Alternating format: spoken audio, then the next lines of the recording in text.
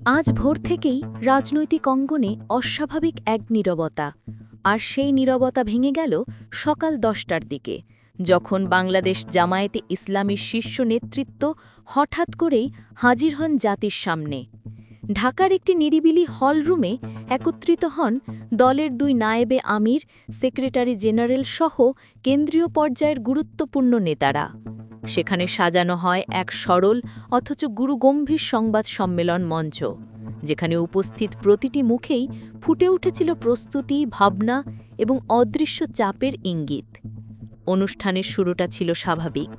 Islamic রীতি অনুযায়ী সালাম ও শুভেচ্ছা আদান-প্রদান, ক্যামেরার ফ্ল্যাশ, সাংবাদিকদের সুশৃঙ্খল অবস্থান, সবই যেন ছিল এক পরিচিত দৃশ্যের পুনরাবৃত্তি। কিন্তু ঠিক এরপরই বদলে যায় পুরো পরিবেশ। নেতৃবৃন্দের কণ্ঠে উচ্চারিত প্রথম কয়েকটি বাক্যেই ঘনিয়ে আসে পরিস্থিতির গভীরতা।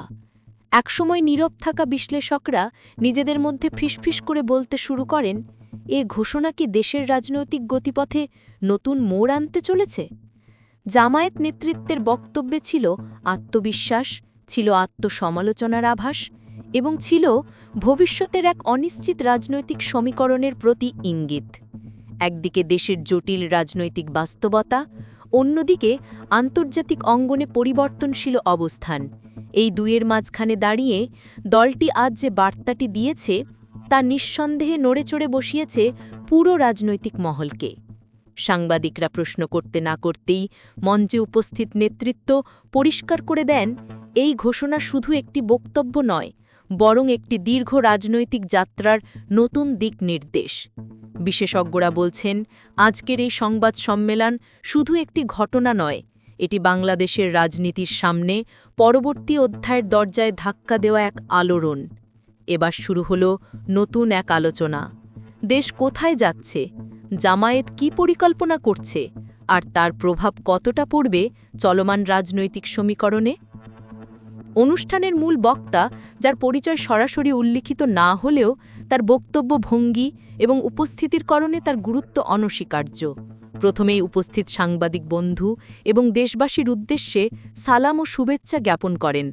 এরপরই তিনি তার সাম্প্রতিক দীর্ঘ এবং ফলপ্রসূ বিদেশ সফরের বিস্তারিত বিবরণ তুলে ধরেন, যার শুধু ব্যক্তিগত ভ্রমণ নয়, বরং দেশ ও জাতির স্বার্থে পরিচালিত এক সুদূরপ্রসারী কূটনৈতিক ও জনসম্পর্ক স্থাপনের যাত্রা ছিল। গত মাসের ১৯ তারিখ যখন দেশের রাজনৈতিক আকাশ কিছুটা থমথমে, তখনই তিনি উমরা পালনের উদ্দেশ্যে এক দীর্ঘ যাত্রাপথে পা বাড়িয়েছিলেন। ৩ দিনের মধ্যে উমরা সম্পন্ন করে দ্রুত তিনি তার সফরের দ্বিতীয় ধাপে প্রবেশ করেন।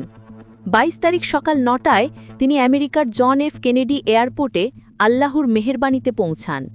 সেখানে ৮ দিনব্যাপী তার কর্মসূচি ছিল অত্যন্ত নিবিড় এবং তাৎপর্যপূর্ণ।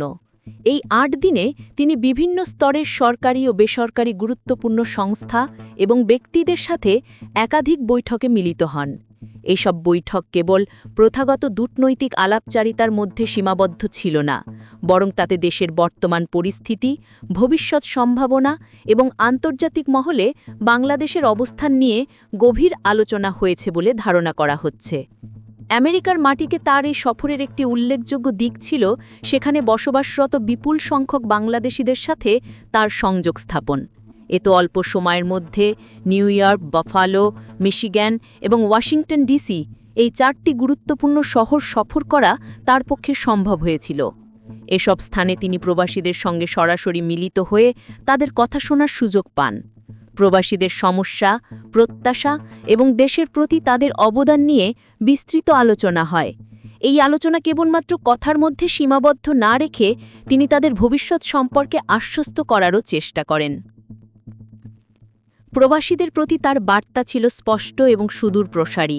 ২টি গুরুত্বপূর্ণ বার্তা তিনি তাদের সামনে তুলে ধরেন, যা দেশের রাজনৈতিক প্রেক্ষাপটে বিশেষ তাৎপর্য বহন করে।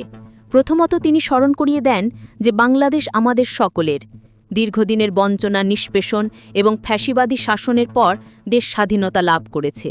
এই মুক্তির সংগ্রামে দেশবাসীর পাশাপাশি প্রবাসীদের অবদানও ছিল অবিস্মরণীয়। তারা সমান্তলে লড়াই করেছেন এবং তাদের এই অবদান বিশেষভাবে উল্লেখযোগ্য। এই অবদানের জন্য তিনি প্রবাসীদের প্রতি গভীর ধন্যবাদ ও কৃতজ্ঞতা জ্ঞাপন করেন, যা প্রবাসীদের হৃদয়ে নতুন করে আশার সঞ্চার করেছে বলে মনে করা হচ্ছে। দ্বিতীয়ত, তিনি প্রবাসীদের সবচেয়ে বড় অধিকার, ভোটের অধিকারের বিষয়টি সামনে আনেন। তিনি দৃঢ়তার সাথে উল্লেখ করেন যে এই দাবি সবার আগে তাদের দলই তুলেছিল এবং তারা এই দাবি কখনো পরিত্যাগ করেননি। প্রধান উপদেষ্টা, নির্বাচন কমিশন সহ গুরুত্বপূর্ণ সকল মহলে প্রবাসীদের হয়ে তারা সোচ্চার ছিলেন। এ প্রসঙ্গে তিনি সরকার ও নির্বাচন কমিশনকে ধন্যবাদ জানান প্রথমবারের মতো ব্যাপক ভিত্তিক বিদেশিদের ভোটার তালিকায় অন্তর্ভুক্ত করার উদ্যোগ নেওয়ার জন্য। কিন্তু এই প্রশংসার পাশাপাশি তিনি একটি গুরুতর সমস্যার দিকে আলোকপাত করেন, যা প্রবাসীদের ভোটের অধিকার নিশ্চিত করার ক্ষেত্রে বড় বাধা হিসাবে দেখা দিয়েছে। তিনি জানান, গত ৩০ অক্টোবর পর্যন্ত যে ভোটার হওয়ার জন্য সময়সীমা বেঁধে দেওয়া হয়েছিল, সেই সময়সীমার মধ্যে ইনস্টল করা সফটওয়্যারটি সঠিকভাবে কাজ করেনি। এর ফলে অসংখ্য প্রবাসী, যাদের যথেষ্ট আগ্রহ ও চেষ্টা ছিল, তারা ভোটার হতে পারেননি। এই প্রযুক্তিগত ত্রুটি অসংখ্য প্রবাসী বাংলাদেশিকে গণতান্ত্রিক প্রক্রিয়ায় অংশগ্রহণের সুযোগ থেকে বঞ্চিত করেছে। বক্তা নির্বাচন কমিশনের কাছে জোর দাবি জানান যে এই সময়সীমা কমপক্ষে আরও ১৫ দিন বর্ধিত করা হোক এবং সফটওয়্যারের জটিলতাগুলো সহজ করে সকল প্রবাসীকে ভোটার হওয়ার সুযোগ তৈরি করে দেওয়া হোক।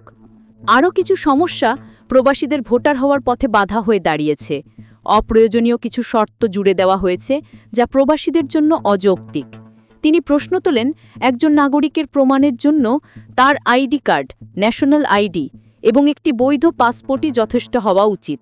সেখানে কেন কারেন্টের বিল, পানির বিল, হোল্ডিং ট্যাক্স ইত্যাদি চাওয়া হচ্ছে? অনেকে ১০-২০ বছর ধরে দেশের বাইরে বসবাস করছেন এবং তাদের এসব বিল পরিশোধ করার বা ব্যবহার করার প্রয়োজন পড়ে না।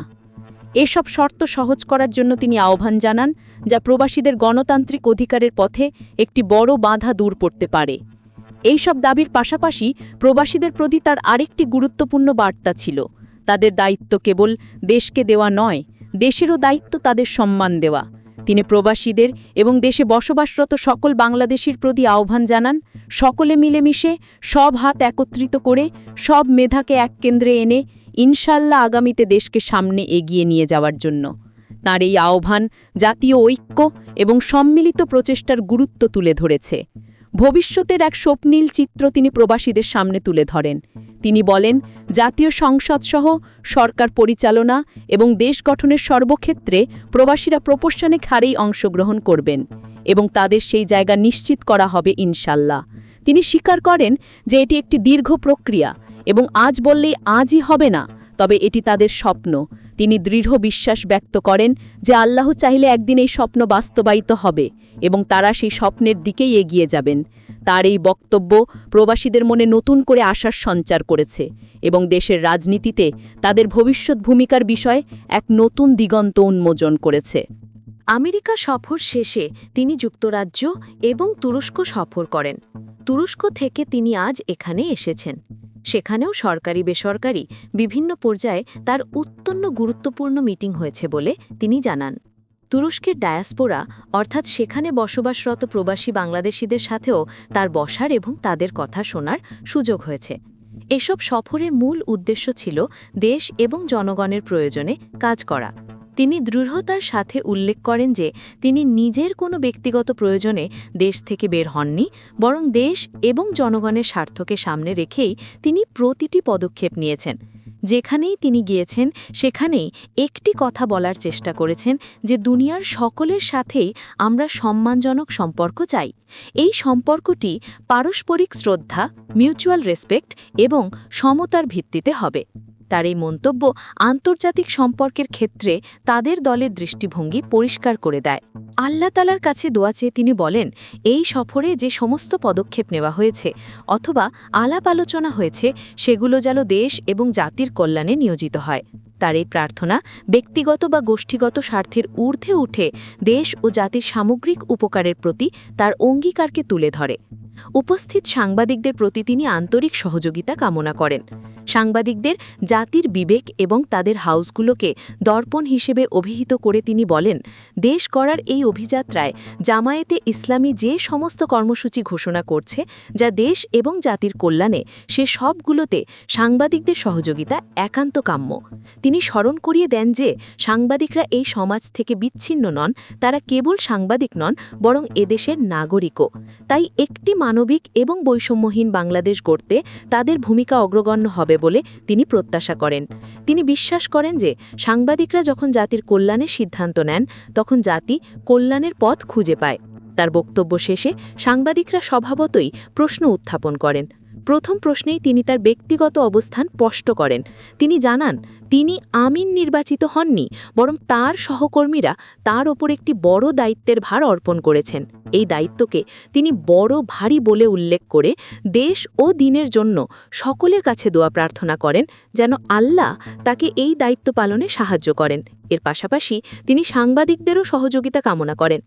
এরপর তিনি দেশের চলমান রাজনৈতিক পরিস্থিতির একটি গুরুত্বপূর্ণ দিক তুলে ধরেন, বিশেষ করে আসন্ন নির্বাচন এবং প্রার্থী তালিকা প্রসঙ্গে।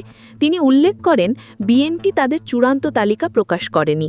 তারা ২২২টি আসনে তালিকা প্রকাশ করলেও প্রশ্নোত্তর পর্বে জানিয়েছে যে এটি চূড়ান্ত নয় এবং এর মধ্যেও পরিবর্তন আসতে পারে।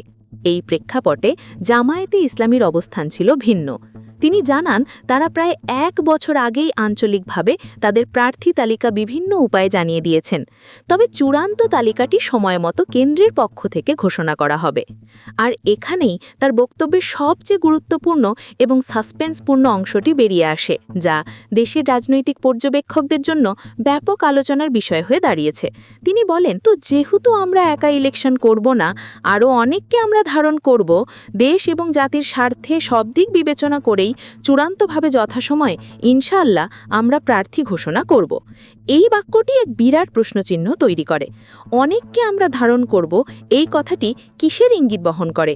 এটি কি কোনো বৃহত্তর জোট গঠনের আভাস, নাকি দলের অভ্যন্তরে নতুন কোনো রাজনৈতিক কৌশল অবলম্বনের ইঙ্গিত? দেশের বর্তমান রাজনৈতিক মেরুকরণের প্রেক্ষাপটে এই ঘোষণা নিঃসন্দেহে গভীর তাৎপর্য বহন করে।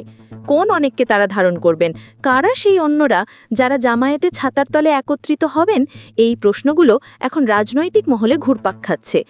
দেশ এবং জাতির স্বার্থে সব দিক বিবেচনা করে এই কৌশলগত সিদ্ধান্ত নেওয়ার কথা বলে তিনি এক গভীর রাজনৈতিক পরিকল্পনার ইঙ্গিত দেন, যা চূড়ান্ত রূপ প্রকাশ পাবে যথাসময়ে। মতানৈক্য প্রসঙ্গে তিনি এক গভীর দার্শনিক দৃষ্টিভঙ্গি তুলে ধরেন। তিনি বলেন, আমি বুঝতে পেরেছি যে মতানৈক্য কেন আমাদের মধ্যে মতানৈক্য হোক, তবে দোয়া করেন মতবিরোধ যেন না হয়।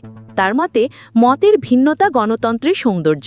সকল দল একদল না, প্রতিটি দলেরই নিজস্ব দৃষ্টিভঙ্গি থাকবে এবং তাতে কিছু পার্থক্য থাকাটা স্বাভাবিক।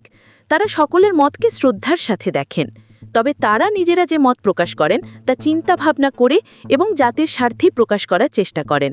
তার মতে মতানৈক্য ডেমোক্রেসি সৌন্দর্য এবং এর জন্য দেশে বিরোধ বা অস্থিরতা লেগে গেছে এমনটি তারা মনে করেন না। একটি সম্ভাব্য প্রশ্নের উত্তরে তিনি বলেন, না, ওনারা বেঁধে দেয়নি।